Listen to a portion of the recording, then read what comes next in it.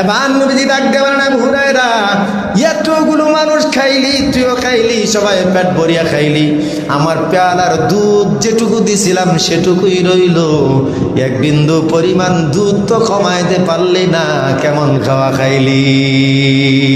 আল্লাহু আকবার বলেন।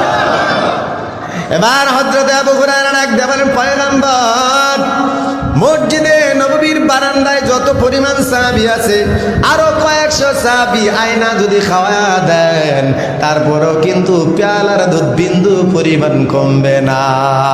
সুবহানাল্লাহ কন্যা। এই হলো মুসলমানদের খাবারের বরকত, ভাগ বাটোয়ারার খাবারের বরকত। রাক্ষসের মতো খাইয়া পেট মোটা তাজা কইরা জাহান্নামের খাসি হওয়ার মধ্যে কোনো লাভ নাই না, কথা কোন ঠিক না বেঠিক? ভাগ বাটোয়ারা করে খান, গরিব দুঃখী মিসকিন এতিমের হক আদায় করে খান। আপনি একদিন খাবেন মজা পাবেন, আপনি 6 মাস খাইলে যে মজা পাবেন, একদিন খাইয়া যে মজা পাইবেন, দ্বিতীয় দিন সেই মজা কিন্তু আর পাওয়া যায় না, কথা কয় না? কুরবানির গোশত আজকে যেটা খাইবেন সেটার মধ্যে যে মজা পাইবেন, আগামীকাল খাবেন, তারপরের দিন খাবেন, এই স্বাদ কিন্তু আর পাবেন না, কথা কয় না? হযরত আবু হুরায়রা থেকে বর্ণিত, উনি নিজেই বর্ণনা দেন, সহিহ হাদিসের মধ্যে আছে হযরত আবু হুরায়রা 3 দিন পর্যন্ত না খায়া, শরীর ক্লান্ত পরিশ্রান্ত, একটু মনোযোগ দিয়ে হাদিসটা শুনবেন। হযরত আবু হুরায়রার মতো কয়েকশো সাহাবী মসজিদে নববীর বারান্দায়, মাদ্রাসা ছিল নবীজি, যেখানে সাহাবায়ে কেরাম কোরআন শিখতেন, হাদিস শিখতেন, ওই জায়গায় অনেক সাহাবী, গরিব সাহাবী, যাদেরকে বাড়িঘর থেকে তারা দেওয়া হয়েছে কালেমা পড়ার কারণে, এমন সাহাবীগুলো মসজিদের বারান্দায় থাকতেন আর রাসূলের দরবার থেকে কোরআন হাদিস শিখতেন। তার মধ্যে অন্যতম একজন হল হযরত আবু হুরায়রা। আবু হুরায়রার মাও তখনও পর্যন্ত মুসলমান হয় নাই।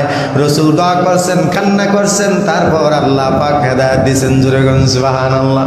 হযরত আবু হুরায়রা একদিন ঈশার নামাজের সময় মসজিদে নববীর বারান্দায় গিয়া দরজার সামনে গিয়ে আবু হুরায়রা এতটাই ক্লান্ত পরিশ্রান্ত, ক্ষুধার তাড়নায় পেট আর পিঠ একসাথে লেগে গেছে, পেট আর পিঠ একসাথে লেগে গেছে, ঠোঁটগুলো কাঁপতেছে।